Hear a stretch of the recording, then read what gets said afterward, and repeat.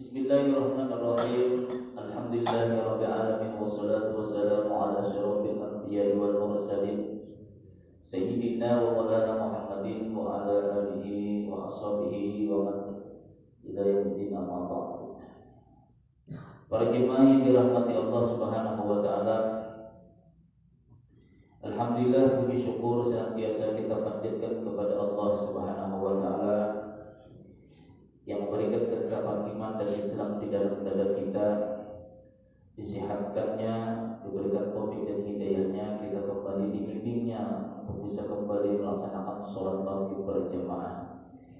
Tak lupa kita pula berniat nawaitu an a'taqifa fi hadzal masjid sunnatan lillahi ta'ala. Sengaja aku beriktikaf di masjid ini sunat atas bukan Allah. Salawat serta salam marilah kita sampaikan kepada junjungan kita Nabi besar Muhammad sallallahu alaihi wasallam beserta para keluarga, sahabat beliau dan pengikut beliau hingga akhir nanti. Qala al-musannifu rahimahullahu taala wa nafa'ana bihi wa bi ulumihi wal qutbid darain amin.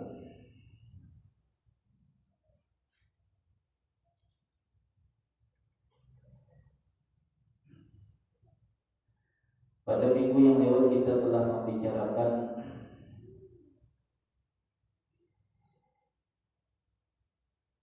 ada 12 syarat-syarat yang menjadi imam.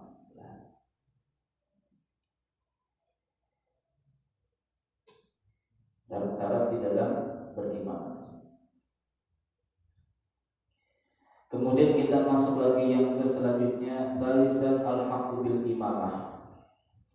Bab yang ketiga di dalam sholat berjamaah kita membahas masalah yang hak, artinya syarat-syarat yang perlu dipenuhi bil imamah yang menjadi imam. Kita mengambil kepada pendapat yang pertama, belajar menawi pendapat Imam Hanafi. Imam Hanafi mengatakan yang pertama, yang berhak menjadi imam itu yang pertama sama sekali al-a'lamu bi ahkamis sholati faqat. Sihatan wa fasadan. Orang itu alim dengan hukum-hukum sholat saja, sekalipun bacaan Qur'annya tidak banyak. Nanti beda-beda Imam Maliki, Imam Syafi'i dan Imam Ahmad bin Hanbal ini agak beda daripada Imam Hanafi. Yang penting kata Imam Hanafi, orang itu tahu hukum-hukum di dalam sholat, sekalipun hafalannya misalnya Fatihah, Inna a'tayna dengan qul huwallahu ahad, tapi orangnya alim di bidang masalah hukum sholat, maka ini pertama sama sekali. Adapun nanti Imam Ahmad bin Hanbal itu harus bacaannya yang paling banyak, bacaan yang paling fasih dan banyak hafalannya. Nah, itu Imam Ahmad bin Hanbal. Jadi yang paham di sini kata Imam Hanafi, sihatan wa fasadan, secara sah sholatnya dan apa pula yang merusak daripada sholat, itu yang pertama sama sekali dijadikan imam, sekalipun orang itu muda.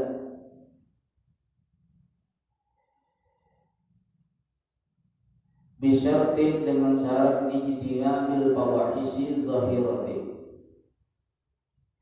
dengan syarat dia itu berhindar daripada maksiat-maksiat yang zahir. Itu yang pertama. Yang kedua, wa hifzuhu minal Qur'an qadra fardin. Syarat yang kedua adalah hafal daripada bacaan Al-Qur'an sekedar kewajiban di dalam sholat. Di dalam sholat menurut Imam Hanafi itu wajib membaca surah. Kalau kita sunat, Imam Hanafi mewajibkan bahwasanya membaca surah itu minimal 3 ayat. 3 ayat.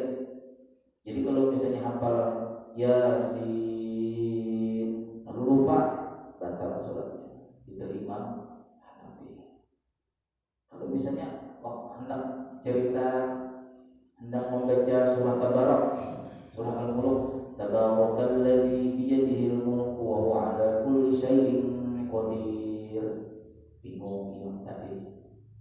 tidak bisa menyambung, maka batal sholatnya. Jadi kewajiban paling minimal hafal dari dalam Al-Quran itu yang pertama sama-sama ayat Al-Fatihah, dan yang kedua minimal 3 ayat. Kalau kita Imam Syafi'i setelah Fatihah misalnya langsung rukuk imam tadi sah saja, tapi kalau menurut Imam Hanafi minimal 3 ayat hafal. Tapi tidak mungkin lagi kita, bahkan banyak yang tua-tua di sini hafal beberapa surah, mungkin ada yang 1 juz sudah hafal kita. Yang ketiga, golongan 3 adalah jadi yang paling alim perkara masalah sah dan tidak sahnya sholat itu pertama-sama sekali dijadikan imam. Kemudian yang hafal daripada ayat Al-Quran paling minimal kadar kewajiban di dalam sholat, yaitu Fatihah dan minimal 3 ayat untuk membaca surah. Selanjutnya ahsanu tilawatan. Kemudian yang ketiga adalah bagus bacaan Al-Qur'annya. Bagus bacaan Al-Qur'annya. Wa tajwid lil qiraati, dan bertajwid membaca Al-Qur'an.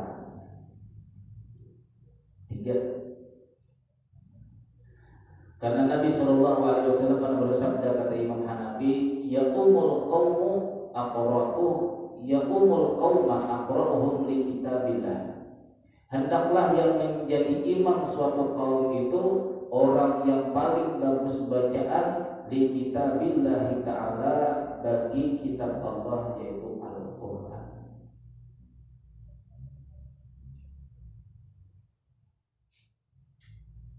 Pikirlah syarat-syarat yang utama sama sekali. Jadi pilih menurut Imam Hanafi orang yang paling alim di dalam perkara sholat. Kemudian wajib ada hafalan Quran, Fatihah, kemudian 3 ayat di dalam surah. Surah apa aja yang penting 3 ayat ada. Nah yang ketiga bacaan Qurannya bagus. Fa in kanu fil qiraati sawaan. Apabila kalau mencari itu banyak aja, karena orangnya misalnya banyak ke majelis ta'lim lalu tahu hukum-hukum sholat, bacaan Qurannya banyak juga yang bagus, maka kata Imam Hanafi apabila sama bacaan mereka, fa'a'lamuhum bisunnati, maka orang yang paling mengetahui dengan sunnah-sunnah Rasulullah, paling banyak melakukan sunnah Rasulullah, misalnya pakai surban, pakai imamah, orang tadi tahu hukumnya. Cuma kalau bisa sudah kita belajar fikih, belajar ilmu tasawuf 10 minggu, masalah perkara hati. Kalau kita bisa semua kita di sini pakai imamah, pakai bulan. Karena fadilahnya, semua malaikat itu sholat melaksanakan imamah. Dan fadilahnya apa? Fadilahnya orang yang berimamah atau berbulan bahasa Banjarnya itu lebih afdol ketimbang 70 kali sholat. Jadi misalnya maghrib 3 rakaat kita laksanakanlah tapi pakai imamah, maka lebih afdol daripada orang yang sholat 70 kali maghrib. Kita sholat sunat ba'diyah maghrib pakai imamah, maka fadilahnya lebih afdol daripada 70 kali orang yang melaksanakan sholat ba'diyah maghrib 70 kali lipat. Nah itu kalau bisa. Tapi ada ijazahnya telah cara memasang masalah imamah bahasa Arabnya atau bulan.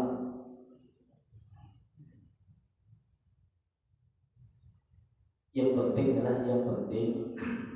penting hati tidak merasa lebih alim daripada manusia yang lain. Bila hati seperti itu, maka meninggalkan yang sunat itu hukumnya wajib. Imam Syafi'i di dalam usul fikih beliau mengatakan, la tarkul wajibi li sunnatin. Tidak boleh meninggalkan yang wajib untuk perkara yang sunat atau sunnah. Menjaga hati wajib hukumnya supaya jangan takabur, supaya jangan ada ujub, supaya jangan ada riya. Riya itu artinya pamer. Ujub itu merasa lebih bagus dari orang, merasa lebih alim, sombong, mempamerkan kewujubannya. Nah itu yang lebih dijaga terlebih dahulu ketimbang kita melaksanakan sunnah.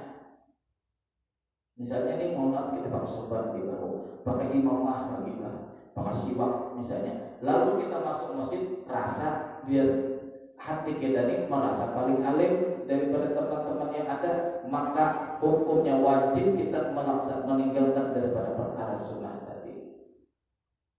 Nah itu maksudnya jangan meninggalkan yang wajib, kata Imam Syafi'i, li sunnatin, gara-gara kita melaksanakan sunnah.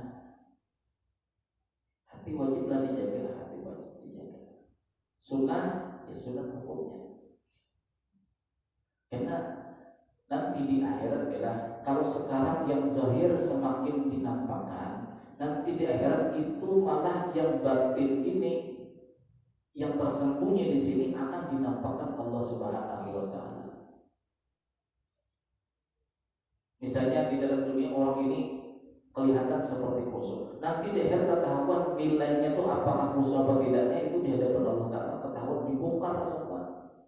Ini seakan-akan khusyuk karena ada orang yang dihormatinya. Ini seakan-akan khusyuk karena banyak orangnya. Itu akan dibongkar Allah taala nanti di akhirat. Apa yang tersembunyi sekarang akan dibongkar Allah taala. Sekarang kita banyak yang zahir aja kita pandang. Itu di akhirat.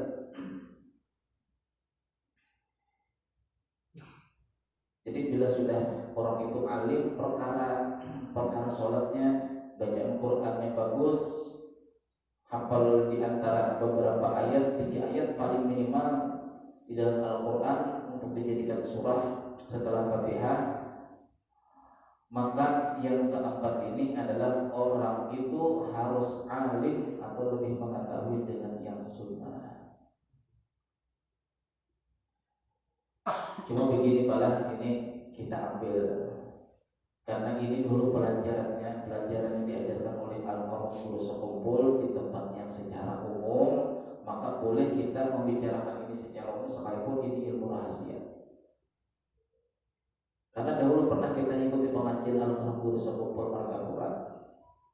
Kata beliau,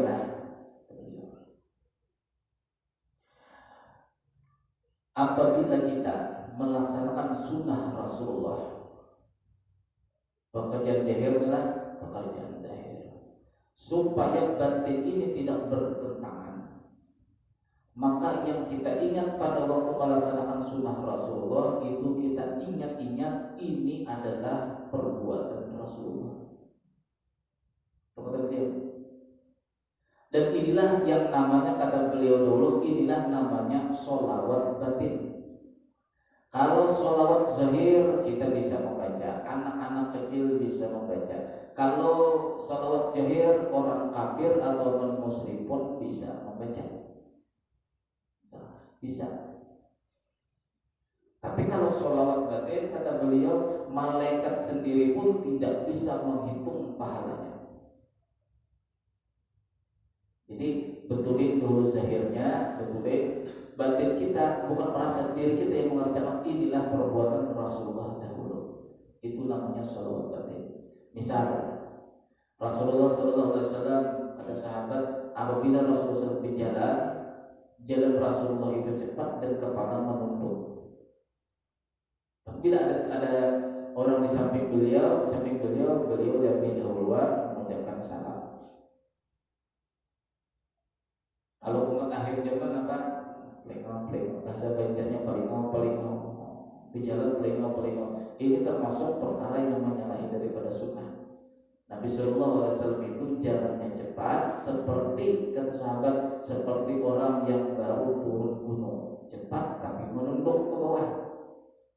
Kalau kita cepat dengan pelingong, bahasa Indonesianya sama bahasa Jawanya pelingong. Nah, sana kemari. Karena pada di sini kita ambil dulu hadis Al-Qur'an. Wa ma yantiqu 'anil hawa in huwa illa wahyu yuha. Nabi itu tidak berkata atau melakukan sesuatu itu berdasarkan hawa nafsu beliau. Berarti berarti semua sunnah-sunnah Rasulullah yang dikerjakan Rasulullah itu adalah suatu perintah daripada Allah. Jadi apabila seseorang melaksanakan sunnah Rasulullah, berarti orang itu melaksanakan daripada suruhan Allah secara zahir. Nah, lalu seseorang ini menyalahi daripada sunnah, itu otomatis ada perkara hatinya yang mungkin merasa lebih daripada orang lain. Lalu sana kembali kepala pelingau. Nah, jadi kan Guru Sokopol itu mencontohkan apabila kita ini berjalan melaju, bukan seperti lari, tidaklah seperti turun gunung laju begitu kepada penduduk. Ingat-ingat kata beliau, ini adalah perbuatan Rasulullah. Itulah yang namanya sholawat batin. Kalau sholawat jahir itu bisa terkadang ada penyakit batinnya. Sholawat jahir, misalnya lah kita banyak bersolawat, tetapi batin kita mengatakan aku yang ahli sholawat, maka ibadah zahir tadi itu batal hukumnya di sisi Allah. Memang ada kita perkataan seperti ini. Orang yang berselawat kepada kata Rasulullah, orang itu tidak hukum sombong, tidak hukum takabur. Cuma yang kita pertanyakan sekarang, salawat apa yang dimaksud di situ? Terkadang kita bersalawat banyak karena ingin dunia, bersalawat banyak supaya diketahui kita ahli salawat. Maka zahirnya betul, batinnya salah. Nah, adapun orang yang salawat batin itu zahirnya betul, batinnya betul. Nah, itu yang pernah kita dapat dahulu waktu belajar sama beliau. Itu kita ingat-ingat ini pekerjaan Rasulullah, bukan kita.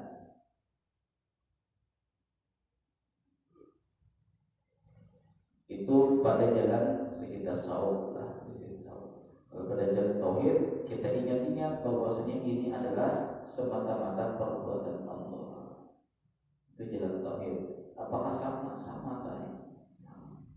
Seseorang itu istimewanya Rasulullah SAW lah. Apabila seseorang itu mengingat Rasulullah, itu langsung kontak, dia ingat dengan Allah. Itu istimewanya. Kalau kita ingat dengan seseorang, mungkin kita ingat langsung dengan dunia. Kalau kita ingat dengan seseorang, mungkin mengingatkan kita kepada selain daripada Allah. Keistimewaan Rasulullah, apabila kita ingat dengan Rasulullah, batin kita langsung kontak dengan Allah Ta'ala. Nah, inilah jabat ilmu tasawuf. Beribadah mengingat bahwasanya ini adalah perbuatan Rasulullah.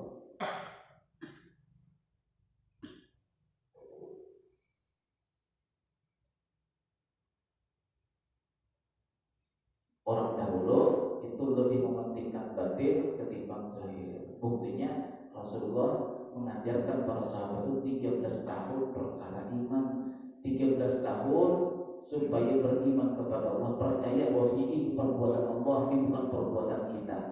Kita sekarang belajar fikih dahulu, misalnya belajar tauhidnya tidak ada, lalu seakan-akan diri yang melaksanakan seakan-akan diri. Nah, ini masalahnya.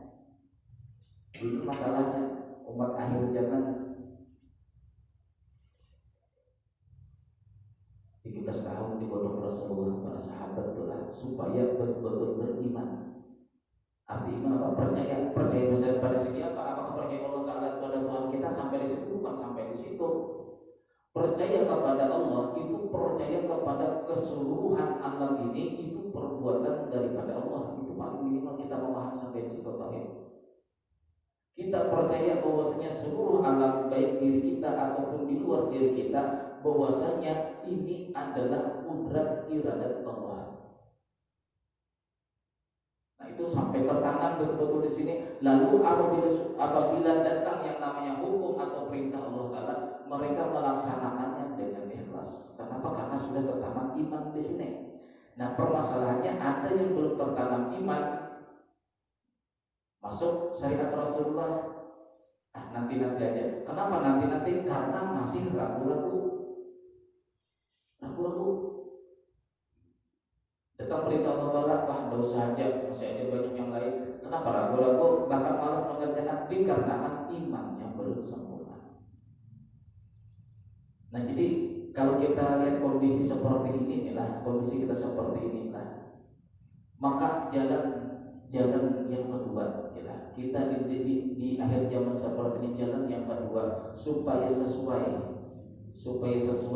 zahir kita dengan batin kita, maka ada jalan yang kedua, yaitu sering-seringlah memberikan cahaya di dalam hati. Artinya apa?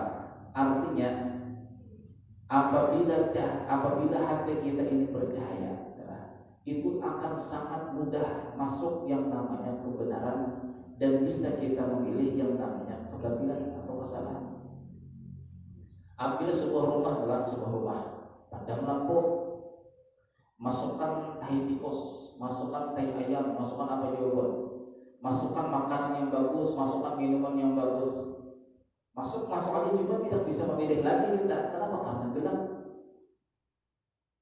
Nah kalau sebuah rumah tadi ada lampu, dimasukkan yang tidak baik, kita melihat, kita buang. Dimasukkan yang baik, kita menerimanya. Nah sama halnya hati kita. Bila hati kita ini lah bercahaya, maka apabila ada itu perintah Allah, sangat mudah kita melaksanakan. Dan kita mengenali bahwa ini adalah perbuatan Allah. Bisa kita mengenali karena lampunya terang. Apa yang diajarkan oleh Rasulullah SAW? Nawwiru qulubakum bil ju'i wa khasyatis siyam. Selalulah kalian, kata Rasulullah, memberikan cahaya. Berikan cahaya hati kalian itu bil ju'i, dengan banyak lapar, wal khasyatis siyam, dan banyak memakai pakaian-pakaian yang lusuh. Pakaian-pakaian yang tidak layak lagi dipakai, misalnya ada sobek di sini, ada sobek di sini, ada yang macam-macam adalah karena dengan adanya kita memakai terlalu rapi, apabila hati kita tidak bisa bersyukur. Ya kita juga yang mengenali hati ini bisa bersyukur, apabila itu kita sendiri tidak bisa orang lain mengenali. Kita misalnya banyak mempunyai pakaian bagus, bagus. Aku niatnya mensyukuri nikmat Allah, niat tidak. Cuma setelah sampai di masjid, misalnya sampai di masjid, lalu merasa diri ini paling bagus baju tadi, berarti tidak sesuai, tidak sesuai.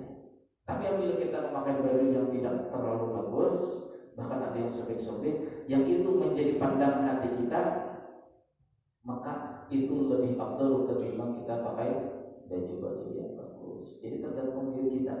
Apabila kita bisa menyandarkan syukur terhadap pakaian yang bagus, dan apabila kita ini bisa menyandarkan diri kita ini hina di hadapan Allah, buktinya pakaian kita seperti ini, maka itu pun paling bagus. Ini pelatihan Rasulullah kepada sahabat dulu, yang dilatih Rasulullah dengan adanya melihat pakaian kita sama melihat hati kita. Selanjutnya yang kelima, wal-wara'u, orang itu lebih wara', lebih hati-hati di dalam melaksanakan hukum-hukum Allah.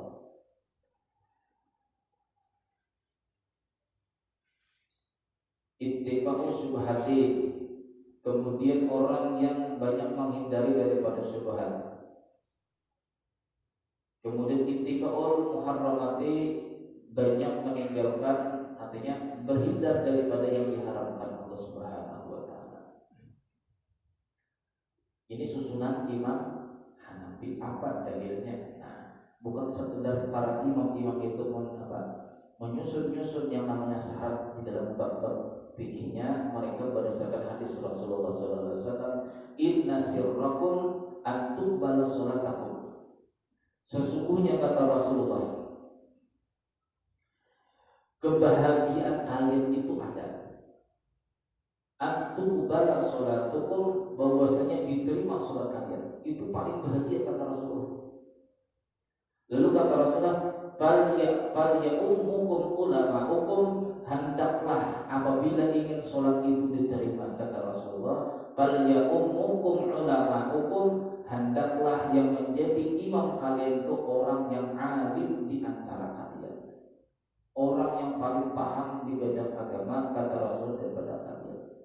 alasannya apa? Fa innahum wafadakum bainakum wa baina rabbikum, karena bahwasanya orang-orang alim di antara kalian, mereka itu sebagai utusan kalian dan di antara kalian dan utusan di antara Tuhan kalian. Lalu dengan dalil ini Imam Hanafi ialah bahwasanya mengambil dalil yang paling alim dahulu, yang paling alim di dalam bidang perkara sholat, baru perkara Quran di Imam Hanafi berdasarkan hadis tadi. Imam Malik lagi kita bicara lah. Imam Malik yundamu taqdimu sultanun aw naibuhu walau di masjidin lahu imamun ratibin. Nah, ini lain lagi beda banget. Yang didahulukan menjadi imam itu kata Imam Malik adalah sultanun, pemimpin. Jadi kalau kita di sini di RT sini di daerah sini Pak RT. Kalau kita dekat di sini misalnya rumahnya Pak Lurah jadi imam. Ini Imam Malik. Kalau di daerah sini ada rumahnya Pak Camat, maka Pak Camat yang jadi imam. Au naibuhu atau wakilnya. Walau di masjidin lahu imam ratibin, sekalipun di masjid itu ada imam rawatibnya. Imam Malik.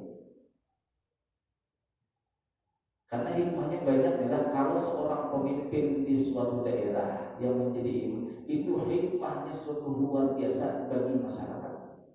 Apabila seorang pemimpin itu menjauhi daripada masjid, itu banyak pertanyaan masyarakat. Siapakah pemimpin tadi? Mulai paling bawah sampai paling atas. Bila menjauhi masjid, itu menjadikan subhatnya para kaum, subhatnya para masyarakat. Bersama-sama ini aliran apa dia masyarakat ini ikut mana? Tapi kalau sudah pemimpin mulai bawah sampai atas ke masjid bahkan jadi imam, itu menjadi keyakinan kebenaran masyarakat terhadap dia itu dipilih oleh masyarakat. Makanya kalau ingin dipilih jadi pemimpin, kalau di dalam pemilihan itu banyak-banyak datang ke masjid dan usahakan untuk bisa jadi imam. Jadi bila sudah acara pencoblosan, ada tamu-tamu masjid. Jadi bila sudah tidak ada, sudah selesai, baru tidak ada lagi di masjid. Nah, ini umat akhir zaman. Kalau pasang kamera di kepala sini, pasang kamera, disuntik oleh anak, ya sudah. Artinya sholat di masjidnya, cuma bila tidak lagi di rumah aja sholatnya. Siapakah itulah? Banyak yang menyeting anak buahnya. Aja. Calon kita dia lagi sholat di anu. Pada waktu pencalonan, pada waktu habis sudah terpilih hilang sama sekali. Hikmah yang pertama, tidak menjadikan syubhat, tidak menjadikan suatu kesamar oleh masyarakat.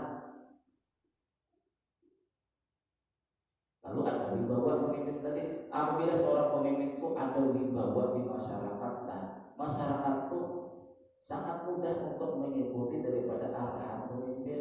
Bila pemimpin tadi sudah ada sudah tidak ada wibawanya lagi di masyarakat, lalu timbul yang namanya penggeseran pemimpin karena tidak puas masyarakat. Maka kita inilah kalau dalam Al-Quran wa ja'alna minhum a'immatan yahduna bi amrina lamma sabaru. Itu aja lagi. Wa ja'alna minhum, dan kami jadikan di antara golongan masyarakat itu a'immatan, seorang pemimpin. Yahduna bi amrina, masyarakat tadi itu bisa mendapatkan hidayah dengan sebab pemimpin tadi bi amrina, mengikuti perintah kami. Syaratnya apa kata Allah? Lamma sabaru, manakala masyarakat tadi itu sabar. Baru salah sedikit biasanya pemimpin langsung diprotes, langsung demo. Nah, itu tidak akan menyelesaikan masalah. Tidak akan menyelesaikan masalah. Kenapa? Beberapa periode sudah dipimpin oleh orang zalim, itu dikarenakan kita banyak protes dengan pemimpin banyak.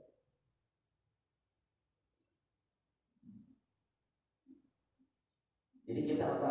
Disuruh Rasulullah jangan menghinakan pemimpinnya. Ada apa? Kita doakan supaya dapat hidayah. Bila sudah tidak dapat hidayah, nanti misalnya Allah Ta'ala sendiri yang akan menurunkan pemimpin tadi. Bila sudah kita sabar, jadi tingkat kesabaran kita itu yang akan membuka hidayah.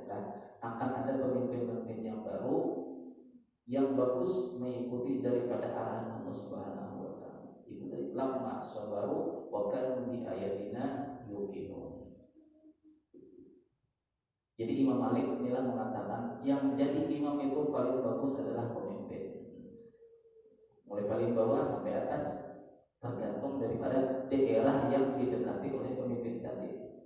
Jadi misalnya di sini ada di blok R atau blok T ada camat, ada camat tadi jadi imam. Sekalipun ada imam rawatibnya di sini. Itu Imam Malik. Imam Malik.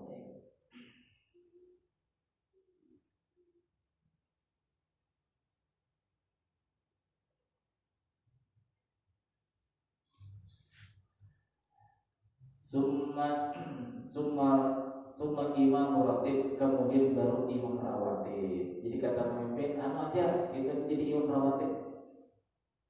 Itu jadi imam rawatib. Jadi susunan yang kedua baru Imam Malik, itu imam rawatib nomor 2. Tapi yang satu adalah pemimpin tadi. Jadi kalau misalnya pemimpinnya tidak mendatangkan masjid, nah berarti imam rawatib yang turun.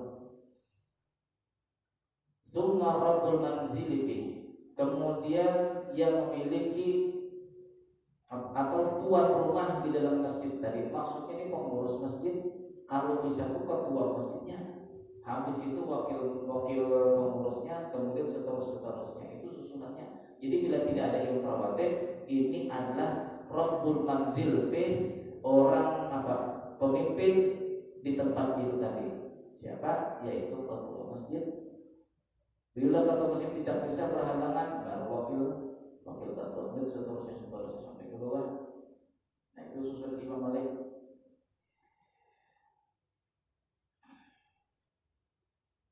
Summal aqahu, summal a'lamu bisunnah. Kemudian orang yang paham masalah agama, kemudian orang yang paham susunannya masalah yang sunnah-sunnah.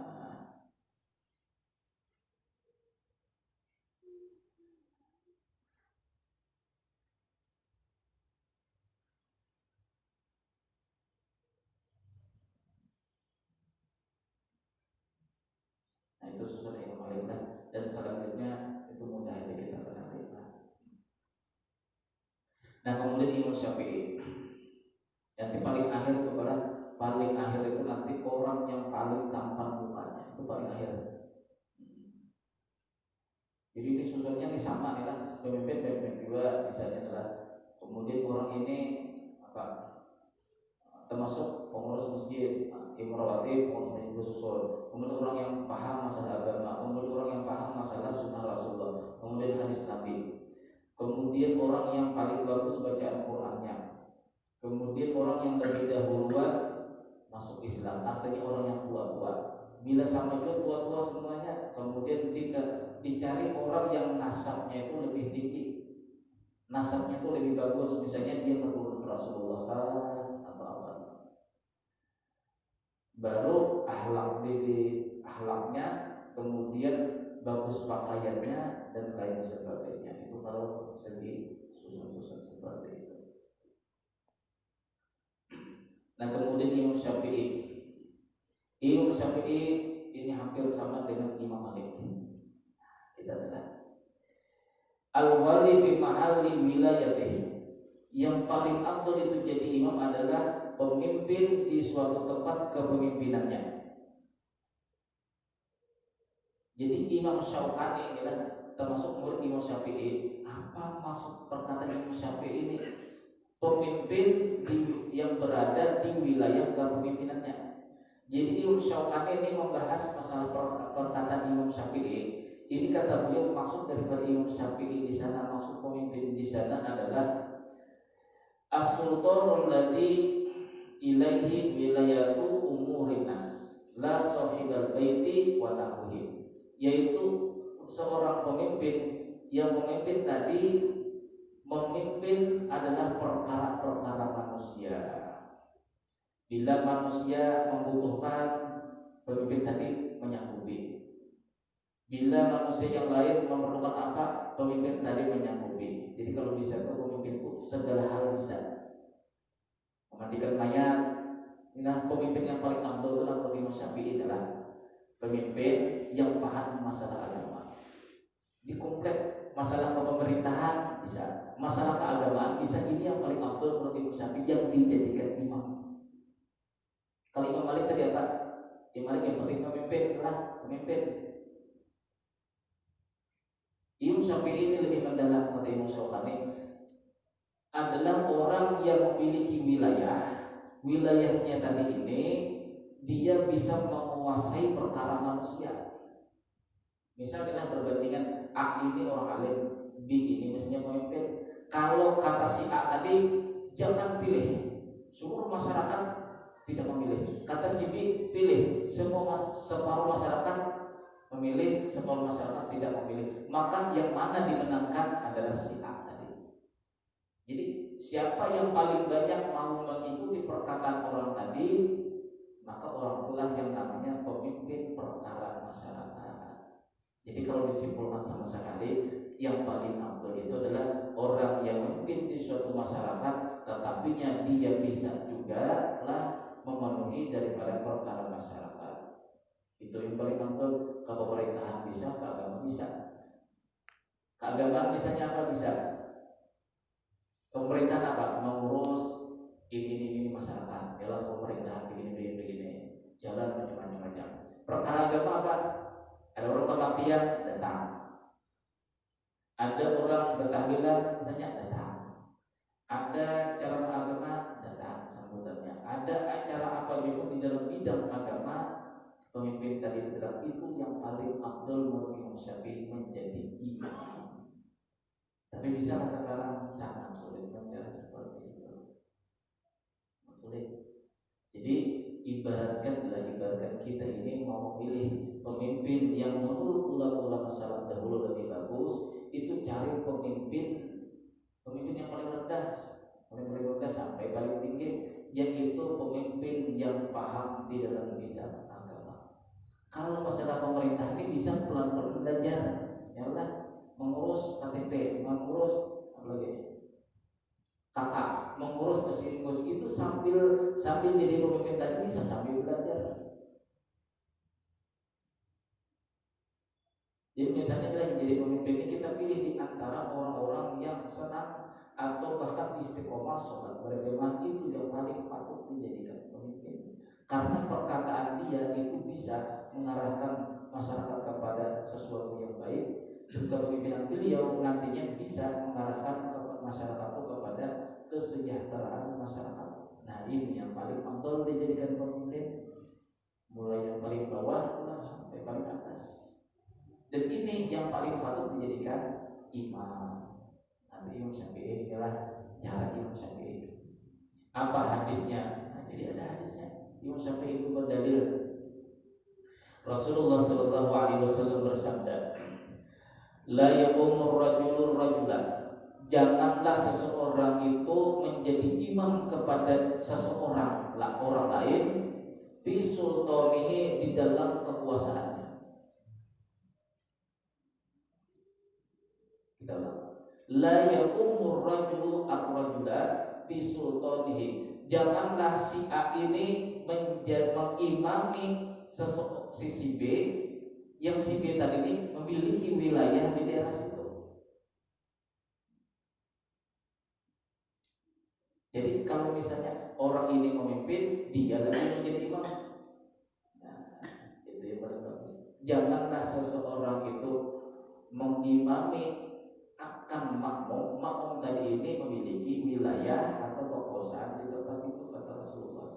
Wala yaqulu bi baitihi, jangan pula duduk di rumahnya ala tiqramihi illa bi'izni, untuk memuliakan orang tadi, pemimpin tadi, illa bi'izni, kecuali ada izinnya.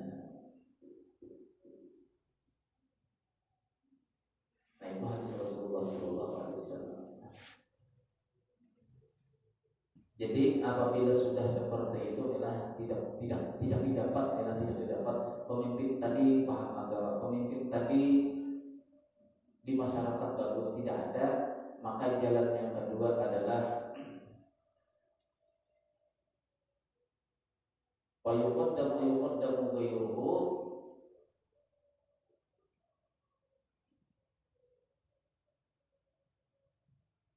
sumar imam ratibi, kemudian imam rawatib. Nah, mau tidak mau imam rawatib sudah. Karena imam rawatib ini biasanya ada juga masyarakat, nah ibaratnya telah kagum, telah ada wibawanya lah sedikit imam rawatib adalah karena sanggup memimpin masyarakat berjemaah. Sumasakinu, kemudian orang yang berada di sekitar masjid. Bagaimana aja Pak Ustaz, orang di sekitar masjid tidak mau jadi anak masjid, apalagi mau jadi imam? Nah, bermasalah lagi. Jadi pemimpin yang paham agama tidak ada. Kemudian imam rawatib misalnya liburan. Nah, sumasakinu bihakin. Kemudian orang yang bertempat tinggal di daerah masjid, yang sekitar misalnya dia mau sholat, mau saja ke masjid, nah, cari lagi yang ketiga. Tidak menjadi imam yang disampaikan masjid tadi. Nah, kemudian wa malikul manfaati aula bil imamah min al-qahid. Jadi kata Imam Syafi'i, orang yang paling banyak memberikan manfaat bidang masjid aula lebih patut dijadikan imam walau bigoi minal al-qahid ketimbang orang yang paham agama. Disusun Imam Syafi'i, kita bermadhab Imam Syafi'i. Jadi bila sudah yang di sekitar masjid tidak mau ke masjid, apa jadi imam masjid, menggantikan imam masjidnya lah. Lalu cari kata Imam Syafi'i, orang yang paling banyak memberikan manfaat di masjid aula minal afqahi, itu lebih bagus ketimbang orang yang paham agama tapi banyak nganggur. Nganggur ini mungkin karena kesibukan di luar, kira-kira ini. Jadi siapa yang paling banyak memberikan manfaat masalah masjid? Nah, bila imam rawatibnya tidak ada, cari itu yang bisa menjadi imam. Maka malah yang pemahaman ulama salaf seperti ini tidak lagi dipakai akhir zaman ini. Banyak apa? Golongan kita menganggap ahli sunnah wal jamaah membangun musola, datang yang golongan yang bukan ahli sunnah wal jamaah langsung maju ke depan. Maka bila sudah maju ke depan, mulai pada besok harinya memanggil teman-temannya dua orang di belakangnya. Besok harinya lagi 3 orang besarnya. Lalu mereka yang jadi imam, tersingkirlah kita. Banyak sudah kejadian dari itu. Ada musola dahulu dibangun di daerah Bogor, kalau dibangun oleh orang ahli sunnah wal jamaah, berwiridan macam-macam, tahlilan macam-macam dikerjakan. Lalu berhubung imamnya tidak ada, yang menggantikan ini tidak ada, masuk yang golongan yang aneh-aneh tadi masuk. Besok harinya manggil temannya 2 orang. Setelah itu khusus sesat. Yang bukan ahli sunnah wal jamaah khusus sesat. Lalu menjadi masjid mereka. Padahal masjid dengan masjid yang lain berdekatan 500 meter. Dahulu mereka. Jadi kalau kita sudah tahu nih Imam Malik, Imam Syafi'i seperti ini adalah pemimpin yang tahu agama. Bila tidak ada berarti imam rawatib. Bila tidak ada imam rawatib, orang yang dekat masjid. Bila tidak ada yang dekat masjid, orang yang paling banyak memberikan manfaat di masjid. Sekalipun dia tidak terlalu paham masalah bidang agama. Nah, nanti insyaallah selanjutnya, kemudian orang yang paham agama, kemudian yang bacaan Qurannya bagus, kemudian orang yang warok, kemudian orang yang lebih dahulu hijrah ke Islam, kemudian orang yang lebih tua. Karena orang yang lebih tua kata Rasulullah di anna doa asnad aqrab ila ijabah, dan maksudnya doa orang yang tua itu lebih cepat diijabah Allah Subhanahu wa taala. Wallahu a'lam bishawab.